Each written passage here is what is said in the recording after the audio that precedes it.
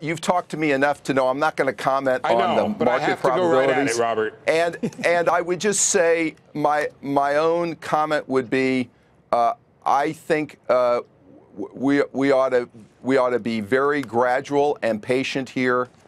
Inflation, in my judgment, isn't running away from us. The Dallas Trim Mean, which we just published over the last week, shows muted levels of inflation growth on core inflation, our reading of it.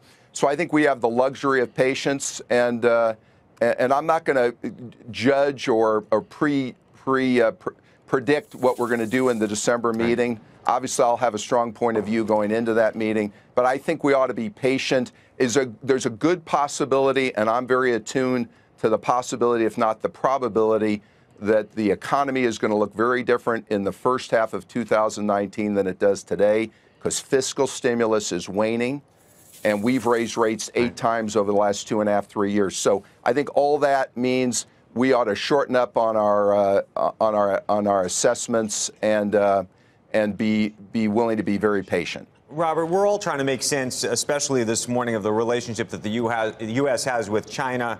What's happening, whether the relationship is devolving, whether it's coming back. Obviously, we've seen swings even just over the past week. Take us inside the room, or at least take us inside your own thinking of how that's going to impact rates here in the U.S. and how the Fed thinks about it. So there's 2 aspects I'd comment on in that regard. One is the trade tensions. And while headline GDP growth hasn't been affected by them, I can tell you firsthand companies are widely affected by these trade tensions. Either steel and aluminum or the retaliation back from the steel and aluminum tariffs and uncertainty created. 2/3 of the companies we survey, and we've got a very big corporate base in the state of Texas, tell us that either their input costs are already up because of it, or they're uncertain and it's having some chilling effect on their business decisions. So this relationship with China is part of that. The second part is China is a big percentage of global growth. And they're using more leverage to meet their 6.5% GDP target.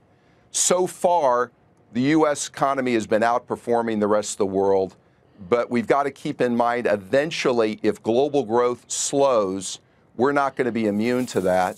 And 45% of S&P 500, by the way, company revenues come from outside the United States. So it's not affected headline GDP growth here yet, but I think there's a decent chance you'll see it spill over into it.